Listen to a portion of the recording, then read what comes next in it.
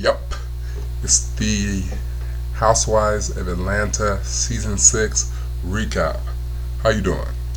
Listen, this week was a great week. I thought that Lynette was just absolutely wonderful in her acting. She found out that she's pregnant with twins, and she's doing everything in her power to love these kids and to be excited about it, and it's just not cracking off. And so there's this great scene. I hope you've seen it. There's this great scene where she is in the birthing clinic, and there's these newlyweds, or appear to be quite newly married, and the gentleman goes to the restroom or goes somewhere to get the pregnant wife something to drink, and then Lynette just pours on the poor woman about the reality of being married, and or the reality of having a baby, and poor woman just starts crying. And then moving on to Catherine and Susan, they're in this debacle because of course Susan is getting married to Catherine's old boo, and so Catherine has just gone wild, and she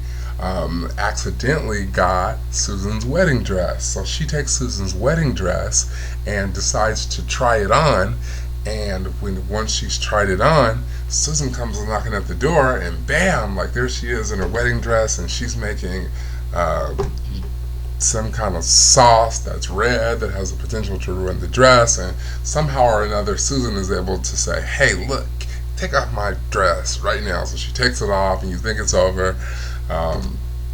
And I don't know, there were just like some great scenes and some great chemistry there. I don't really know what's going on with this strange new family that they have on the show, and I think that that's one of the things that kind of annoys me about the show, is that there's always like this new family, and I think that the show has difficulty introducing these new people. Anyway, so this new family moves into the neighborhood, and the neighborhood kinda is like, they're used to new people moving in all the time. I think they moved into Edie's house, where the son is like really weird, and then he's into Susan's daughter, and then she starts tutoring him in math, and then come to find out they have some type of disagreement that results in him like strangling her while she's dumping the recycling or something like that. And so that's kind of like the end of the show. But anyway, so much stuff was happening. I mean, the Susan and Mike are getting married, and right when Susan's putting the finishing touches on her look, here storms in Catherine, and she's like, "I'm demanding an apology, but I want you to give me that apology during the wedding." And Susan just kind of gets smart, kicks her in the butt, locks her up in the closet, goes out and gets married. And right when they're getting ready to exit the church, Catherine finds her way out of this closet and comes in and is like, "You know what?